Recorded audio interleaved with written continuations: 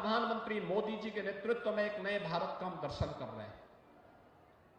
इस भारत को दुनिया के एक बड़ी ताकत के रूप में स्थापित करने के लिए आवश्यक है कि डबल इंजन की सरकार को और भी ताकत दी जाने की आवश्यकता है, और भी ताकत दिए जाने की आवश्यकता है। एक तरफ मोदी जी के नेतृत्व में एक भारत श्रेष्ठ भारत बन रहा है और दूसरी तरफ इंडी गठबंधन आपसी मनमुटाव को देश के विभाजन और विखंडन की ओर लेके जा रहा है। आपने हाल ही में जम्मू कश्मीर विधानसभा के अंदर उस प्रस्ताव को देखा होगा जिसमें उन्होंने कहा है कि हम कश्मीर के अंदर धारा 370 को फिर से बहाल करेंगे। यानी आतंकवाद की जड़ जो धारा 370 है, जिसे 5 अगस्त 2019 को प्रधानमंत्री मोदी जी ने हमेशा के लिए समाप्त कर दिया है।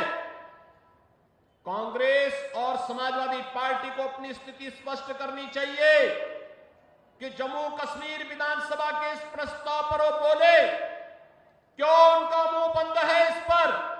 ये फिलिस्तीन के नाम पर आंसू बहाने वाले लोग, पाकिस्तान के नाम पर आंसू बहाने वाले लोग जम्मू कश्मीर के मुद्दे पर मौन क्यों बने बैठे हैं? ये देश की एकता और अखंडता को चुनौती देने वाली स्थिति है और कोई भी भारतीय राष्ट्र की एकता और अखंडता को कतई पर किसी प्रकार की चोट को स्वीकार नहीं करेगा। और बहनों और भाइयों, उसी का आह्वान करने के लिए मैं आपसे अपील करने के लिए आया हूं। इस समाजवादी पार्टी हो या कांग्रेस, ये राष्ट्रीय एकता और अखंडता के साथ खिलवाड़ कर रही है अपने राजनीतिक स्वार्थों के लिए।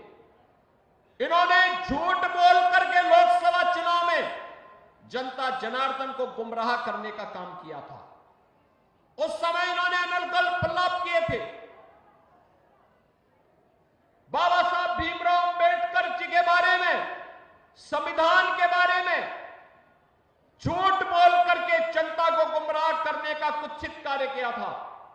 लेकिन अब तो आपके पास सब कुछ स्पष्ट हो चुका है कि कांग्रेस और समाजवादी पार्टी झूठ बोल करके जनता को गुमराह करके एक और संविधान के बारे में, आरक्षण के बारे में गुमराह कर रही थी, दूसरी तरफ खटाखट योजना से लोगों को बहका भी रही थी।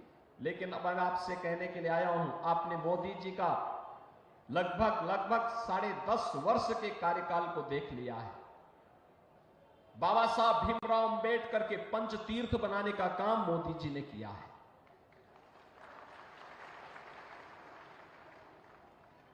भारत रत्न के रूप में चौधरी चरण सिंह जी का सम्मान करने का काम है मोदी जी के नेतृत्व में हुआ है। जबकि यह कार्य 1980 में होना चाहिए था, 1985 में होना चाहिए था, 1990 में होना चाहिए था। लेकिन एक लंबे कालखंड के बाद यह समय लगा जब किसानों को सम्मान मिला है और चौधरी साहब को भारत रत्न से सम्मानित किया है प्रधानमंत्री मोदी जी ने।